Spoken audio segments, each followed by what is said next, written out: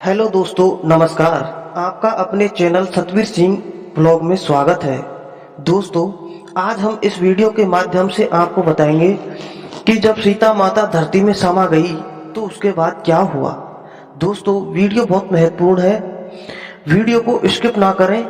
और दोस्तों, यदि आप हमारे चैनल पर पहली बार आए हों या आपने अभी तक हमारे चैनल को सब्सक्राइब नहीं किया है तो प्लीज चैनल को सब्सक्राइब कर लें। दोस्तों, वाल्मीकि रामायण के उत्तरकांड के अनुसार प्रभु श्री राम के दरबार में लव और कुश राम कथा सुनाते हैं। सीता के त्याग और तपस्या का वृतांत सुनाकर भगवान राम ने अपने विशिष्ट दूतों के द्वारा महर्षि वाल्मीकि के पास संदेश भिजवाया। यदि सीता का चरित्र शुद्ध है और वे आपकी अनुमति ले यहाँ आकर जन समुदाय में अपनी शुद्धता प्रमाणित करें और मेरा कलंक दूर करने के लिए शपथ करें तो मैं उनका स्वागत करूंगा। यह संदेश सुनकर वाल्मीकि माता सीता को लेकर दरबार में उपस्थित हुए। काषाय वस्त्र धारणी सीता की दीनहीन दशा देखकर वहां उपस्थित सभी लोगों का हृदय दुख से भर आया और वे शोक से विफल हो आंसू बहाने लगे। दोस्तों, वाल्मीकि बोले, श्री राम, मैं तुम्हें विश्वास दिलाता हूँ कि सीता पवित्र और सती है। कुश और लव आपके ही पुत्र हैं। मैं कभी मिथ्या भाषण नहीं करता। यदि मेरा कथन मिथ्या हो तो मेरी संपूर्ण तपस्या निष्फल हो जाए। मेरी इस साक्षी के बाद सीता स्वयं शपथ पूर्वक आपको अपनी निर्दोषता का आश्वासन देगी। तत्पश्चात श्री राम सभी ऋषि मुनियों, देवताओं और उपस्थित जन समूह को लक्ष्य करके बोले, हे मुनि एवं विज्ञान जनों, मुझे महर्षि वाल्मीकि जी के कथन पर पूर्ण विश्वास है, परंतु यदि सीता स्वयं सबके समक्ष अपनी शुद्धता का पूर्ण विश्वास दें तो मुझे प्रसन्नता होगी। राम का कथन समाप्त होते ही सीता हाथ जोड़कर नेत्र झुकाए बोली, मैंने अपने जीवन में यदि श्री रघुनाथ जी के अतिरिक्त कभी किसी दूसरे पुरुष का चिंतन न किया हो तो मेरी पवित्रता को प्रमाण स्वरूप भगवती पृथ्वी देवी अपनी गोद में मुझे स्थान दे। सीता के इस प्रकार शपथ लेते ही पृथ्वी फटी, उसमें से एक सिंहासन निकला। उसी के साथ पृथ्वी की अधिष्ठात्री देवी भी दिव्य रूप में प्रकट हुई। उन्होंने दोनों भुजाएं बढ़ाकर स्वागत पूर्वक सीता को उठाया और प्रेम से सिंहासन पर बिठा लिया। देखते देखते सीता सहित सिंहासन पृथ्वी में लुप्त हो गया। सारे दर्शक स्तब्ध से यह अद्भुत दृश्य देखते रह गए।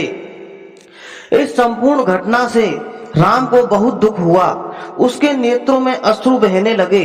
वे दुखी होकर बोले, मैं जानता हूँ माँ वसुंधरे, तुम ही सीता की सच्ची माता हो।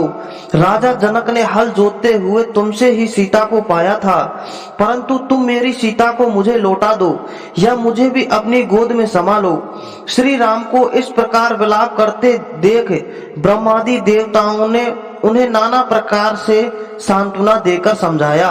इसके बाद अनेकों वर्षों तक राज्य करने के बाद राम जी भी भाइयों और कुछ अयोध्या वासियों समेत सरयू में उतरते गए और एक एक करके सब वैकुंठ पहुंच गए। इससे पूर्व उन्होंने लव को लवपुरी नगर में और राज्य दिया और कुश को अयोध्या में राज्य सिंहासन सौंपा। यह घटना इस प्रकार है कि एक दिन काल तपस्वी के वेश में राजद्वार पर आया। उन्होंने संदेश भिजवाया कि मैं महर्षि अतिबल का दूत हूँ और अत्यंत आवश्यक कार्य से श्री रामचंद्र जी से मिलना चाहता हूँ। संदेश पाकर रामचंद्र जी ने उसे तत्काल बुला भेजा और महर्षि अतिबल का संदेश सुनने का आग्रह किया। यह सुनकर मुनि वेशधारी काल ने कहा, यह बात अत्यंत गोपनीय है। यहाँ हम दोनों के अतिरिक्त कोई तीसरा व्यक्ति नहीं रहना चाहिए। मैं आपको इसी शर्त पर उनका संदेश दे सकता हूँ कि यदि बातचीत के समय कोई व्यक्ति आ जाए तो आप उसका वध कर देंगे। श्री राम ने काल की बात मानकर लक्ष्मण से कहा, तुम इस समय द्वारपाल को विदा कर दो और स्वयं ड्योढ़ी पर जाकर खड़े हो जाओ। ध्यान रहे, इस मुनि के जाने तक कोई यहाँ आने न पाए। जो भी आएगा मेरे द्वारा मारा जाएगा। जब लक्ष्मण वहां से चले गए तो उन्होंने काल से महर्षि का संदेश सुनाने के लिए कहा। उनकी बात सुनकर काल बोला, मैं आपकी माया द्वारा उत्पन्न आपका पुत्र काल हूँ। ब्रह्मा जी ने कहलाया है कि आपके लोगों की रक्षा करने के लिए जो प्रतिज्ञा की थी वह पूरी हो गई। अब आपके स्वर्ग लौटने का समय हो गया है। वैसे आप अब भी यहाँ रहना चाहते हो तो आपकी इच्छा है। यह सुनकर श्री राम ने कहा, जब मेरा कार्य पूरा हो गया तो फिर मैं यहाँ रहकर क्या करूँगा? मैं शीघ्र ही अपने लोक ही लौटूंगा। जब काल से रामचंद्र जी वार्तालाप कर रहे थे, उसी समय द्वार पर महर्षि दुर्वासा रामचंद्र से मिलने आए। वे लक्ष्मण से बोले, मुझे तत्काल राघव से मिलना है। विलंब होने से मेरा काम बिगड़ जाएगा, इसलिए तुम उन्हें तत्काल मेरे आगमन की सूचना दो। लक्ष्मण बोले, वे इस समय अत्यंत व्यस्त हैं। आप मुझे आज्ञा दीजिए, जो भी कार्य हो मैं पूरा करूंगा। यदि उन्हीं से मिलना है तो आपको 2 घड़ी प्रतीक्षा करनी होगी। यह सुनते ही मुनि दुर्वासा का मुख क्रोध से तमतमा आया और बोले, तुम अभी जाकर राघव को मेरे आगमन की सूचना दो। यदि तुम विलंब करोगे तो मैं शाप देकर समस्त रघुकुल की अयोध्या को अभी इसी क्षण भस्म कर दूंगा। ऋषि के क्रोधायुक्त वचन सुनकर लक्ष्मण सोचने लगे, चाहे मेरी मृत्यु हो जाए, रघुकुल का विनाश नहीं होना चाहिए। यह सोचकर उन्होंने रघुनाथ जी के पास जाकर दुर्वासा के आगमन का समाचार जा सुनाया। रामचंद्र जी काल को विदा कर महर्षि दुर्वासा के पास पहुंचे। उन्होंने देखकर दुर्वासा ऋषि से कहा, रघुनंदन, मेरे दीर्घ काल तक उपवास करने का आज इसी क्षण अपना व्रत खोलने का निश्चय किया है, इसलिए तुम्हारे यहाँ जो भी भोजन तैयार हो तत्काल मंगाओ और श्रद्धा पूर्वक मुझे खिलाओ। रामचंद्र जी ने उन्हें सब प्रकार से संतुष्ट कर विदा किया। फिर वे काल को दिए गए वचन को स्मरण कर दुखी हो गए। राम दुखी देख लक्ष्मण बोले, प्रभु यह तो काल की गति है, आप दुखी न हो और निश्चिंत होकर मेरा वध करके अपनी प्रतिज्ञा पूरी करें। लक्ष्मण की बात सुनकर उन्होंने गुरु वशिष्ठ तथा मंत्रियों को बुलाकर उन्हें संपूर्ण वृतांत सुनाया। यह सुनकर वशिष्ठ जी बोले, राघव, आप सबको शीघ्र ही यह संसार त्याग कर अपने अपने लोगों को जाना है। इसका प्रारंभ सीता के प्रस्थान से हो चुका है, इसलिए आप लक्ष्मण का परित्याग करके अपनी प्रतिज्ञा पूरी करें। प्रतिज्ञा नष्ट होने से धर्म का लोप हो जाता है। साधु पुरुषों का त्याग करना उनका वध करने के समान ही होता है। गुरु वशिष्ठ की सम्मति मानकर श्री राम ने दुखी मन से लक्ष्मण का परित्याग कर दिया। वहां से चलकर लक्ष्मण सरयू के तट पर आए। जल का आचमन कर हाथ जोड़ प्राणवायु को रोक उन्होंने अपने प्राण विसर्जन कर दिए।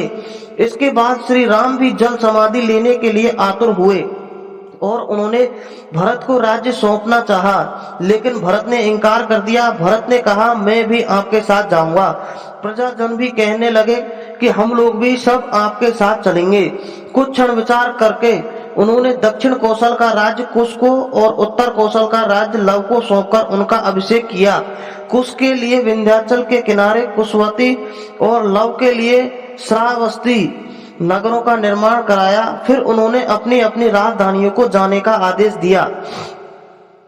इसके पश्चात एक द्रुतगामी दूत भेजकर मधुपुरी से शत्रुघ्न को बुलाया। दूत ने शत्रुघ्न को लक्ष्मण के त्याग, लवकुश के अभिषेक आदि की सारी बातें भी बताई। इस घोर कुल क्षयकारी वृतांत को सुनकर शत्रुघ्न आवक रह गए। तदंतर उन्होंने अपने दोनों पुत्र सुबाहु और शत्रुघाती को अपना राज्य बांट दिया। उन्होंने सुबाहु को मथुरा का और शत्रुघाती को विदिशा का राज्य सौंप तत्काल अयोध्या के लिए प्रस्थान किया। अयोध्या पहुंचकर वे बड़े भाई से बोले, मैं भी आपके साथ चलने के लिए तैयार होकर आ गया हूँ। यह सुनकर वहां उपस्थित सुग्रीव विभीषण भी प्रभु के साथ सरयू में जाने के लिए तैयार हो गए, लेकिन श्री रामचंद्र जी ने विभीषण को रोक दिया। विभीषण को कलयुग की संधि तक जीवित रहने तक का आदेश दिया। अगले दिन प्रातःकाल होने पर धर्म प्रतिज्ञ श्री रामचंद्र जी ने गुरु वशिष्ठ जी की आज्ञा से महाप्रस्थानोचित सुविधा सब धर्म कृत्य किए। तत्पश्चात पीताम्बर धारण कर हाथ में कुश लिए राम ने वैदिक मंत्रों के उच्चारण के साथ सरयू नदी की ओर प्रस्थान किया। नंगे पैर चलते हुए सरयू तट पहुँचे। उनके पीछे सारा नगर था। इस समस्त समुदाय में कोई भी दुखी नहीं था। अथवा उदास नहीं था, बल्कि सभी इस प्रकार प्रफुल्लित थे जैसे छोटे बच्चे मनचाहा खिलौना पाकर प्रफुल्लित हो जाते हैं। श्री रामचंद्र जी ने सभी भाइयों और साथ में आए जन समुदाय के साथ पैदल ही सरयू नदी में प्रवेश किया। आकाश में स्थित सभी देवता उनकी स्तुति का गान करने लगे। प्रभु के पीछे जिसने भी सरयू में डुबकी लगाई, वहीं शरीर त्याग कर परम धाम की अधिकारी हो गए।